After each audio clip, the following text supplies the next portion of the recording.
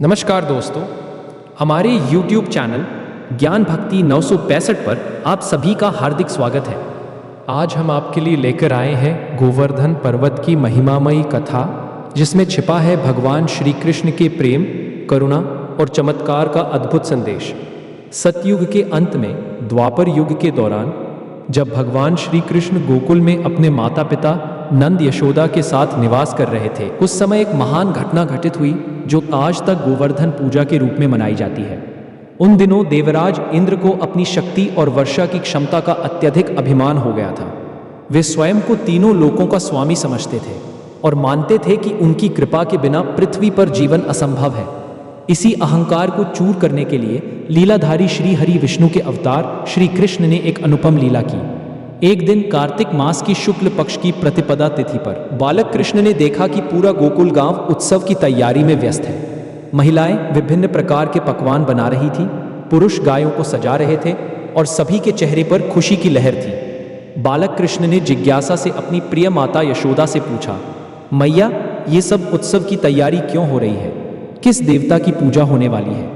माता यशोदा ने अपने लाल को प्रेम से बताया, वत्स, आज हम सभी देवराज इंद्र की पूजा कर रहे हैं। इंद्र देव की कृपा से ही वर्षा होती है, जिससे हमारे खेतों में अन्न उत्पन्न होता है। उनकी वर्षा से ही हमारे गाय बैल और अन्य पशुओं को पीने का पानी और चारा मिलता है। उनकी प्रसन्नता से ही हमारा जीवन सुखमय रहता है। यह सुनकर बुद्धिमान बालक कृष्ण मुस्कुराए और बोले, मैया, यदि वर्षा और चारे की बात है तो हमें गोवर्धन पर्वत की पूजा करनी चाहिए। देखिए, वही तो हमारी गायों को मधुर घास, औषधीय वनस्पतियां और स्वच्छ जल प्रदान करता है। गोवर्धन पर्वत से ही नदियां निकलती है, वहीं के वन से वर्षा के बादल बनते हैं। प्रकृति ही हमारी सच्ची माता है, इंद्र नहीं। हमें प्रकृति और गिरिराज गोवर्धन की आराधना करनी चाहिए। श्री कृष्ण के मधुर और तर्कसंगत वचनों को सुनकर सभी गोकुलवासी प्रभावित हो गए। नंद बाबा, यशोदा माता और अन्य ब्रजवासियों ने सोचा कि बालक कृष्ण की बात में दम है। तब सभी ने मिलकर निश्चय किया कि इस वर्ष इंद्र की पूजा के स्थान पर गोवर्धन पर्वत की पूजा की जाएगी। श्री कृष्ण की मायावी लीला से प्रभावित होकर सारे गोकुल में घोषणा हो गई कि इस वर्ष गिरिराज गोवर्धन की पूजा होगी। सभी ब्रजवासी अपने अपने घरों में तह तह के भोग प्रसाद तैयार करने लगे। 56 प्रकार के पकवान बनाए गए, गायों को सजाया गया और फिर सभी गोवर्धन पर्वत पर पहुंचकर पूर्ण श्रद्धा भाव से पूजा करने लगे। यह देखकर देवराज इंद्र को अत्यधिक क्रोध आया। उन्होंने सोचा कि ये मूर्ख ग्रामीण मेरा अपमान कर रहे हैं। वे भूल गए कि श्री कृष्ण स्वयं भगवान विष्णु के अवतार हैं। क्रोध में आकर इंद्र ने अपने मेघों को आदेश दिया कि वे गोकुल पर प्रलयकारी वर्षा बरसाएं। उन्होंने कहा, मैं इन दुष्ट गोपों को सबक सिखाऊंगा कि इंद्र को छोड़कर किसी और की पूजा करने का परिणाम क्या होता है। इंद्र के आदेश पर समस्त आकाश काले घने बादलों से भर गया। पर्वताकार मेघ गर्जना करते हुए ब्रजभूमि के ऊपर आ गए और मूसलाधार वर्षा शुरू हो गई। ऐसी भयंकर वर्षा की लगता था मानो प्रलय आ गई हो। सिर्फ बूंदे नहीं बल्कि धारा की तरह पानी बरसने लगा। तेज हवाओं के साथ ओले गिरने लगे। कुछ ही घंटों में सारा गोकुल जलमग्न हो गया। छोटे छोटे बच्चे, गाय बछड़े, बूढ़े बुजुर्ग सभी भयभीत हो गए। चारों ओर हाहाकार मच गया। सभी ब्रजवासी घबराकर इधर उधर भागने लगे, लेकिन शरण लेने का कोई स्थान नहीं मिल रहा था। तब सभी गोप गोपियां, बाल वृद्ध, स्त्री पुरुष सभी श्री कृष्ण के पास दौड़े आए और करुण स्वर में बोले, हे कन्हैया, हे गोविंद, आपने ही तो हमसे इंद्र की जगह गोवर्धन की पूजा कराई थी। अब इंद्रदेव हमें डुबाना चाहते हैं। हे प्रभु, आप ही हमारी रक्षा करिए। आपके अतिरिक्त हमारा कोई सहारा नहीं है। ब्रजवासियों की करुण पुकार सुनकर करुणा सागर श्री कृष्ण मुस्कुराए और बोले, चिंता मत करो, तुम सभी अपनी गायों, बछड़ों और समस्त सामान के साथ गोवर्धन पर्वत के पास चलो। गिरिराज ही तुम सभी की रक्षा करेंगे। श्री कृष्ण के आश्वासन पर सभी ब्रजवासी अपने पशुधन के साथ गोवर्धन की तलहटी में पहुंचे। वहां पहुंचकर सभी ने देखा कि बालक कृष्ण अत्यंत सहज भाव से खड़े हैं। तभी चमत्कारिक घटना हुई।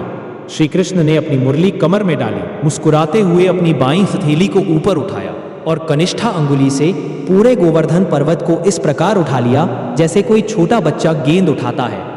विशालकाया गोवर्धन पर्वत एक विशाल छतरी की भांति हवा में तैरने लगा। यह देखकर सभी ब्रजवासी आश्चर्यचकित रह गए। श्री कृष्ण ने सभी को पर्वत के नीचे आने का संकेत दिया। सभी गोप गोपियां, बूढ़े जवान, स्त्री पुरुष, गाय बछड़े, भैंस बैल सभी उस दिव्य छत्र के नीचे आ गए। इंद्र ने जब यह अभूतपूर्व दृश्य देखा तो और भी क्रोधित हो गए। उन्होंने और भी तेज वर्षा बरसाने का आदेश दिया, लेकिन श्री कृष्ण के सुदर्शन चक्र की शक्ति से एक भी बूंद ब्रजवासियों पर नहीं पड़ी। शेषनाग ने चारों ओर बांध बनाकर पानी को रोक दिया। इस प्रकार 7 दिन तक श्री कृष्ण ने निरंतर गोवर्धन पर्वत को अपनी अंगुली पर धारण किए रखा।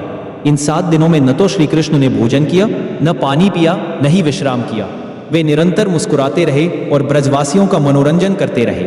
इससे सभी को विश्वास हो गया कि ये कोई साधारण बालक नहीं बल्कि साक्षात भगवान है। 7 दिन बाद जब इंद्र की सारी शक्ति व्यर्थ हो गई और वर्षा का कोई प्रभाव नहीं हुआ, तब उन्हें अपनी भूल का एहसास हुआ। वे समझ गए कि वे वास्तव में परमात्मा से टकरा गए हैं।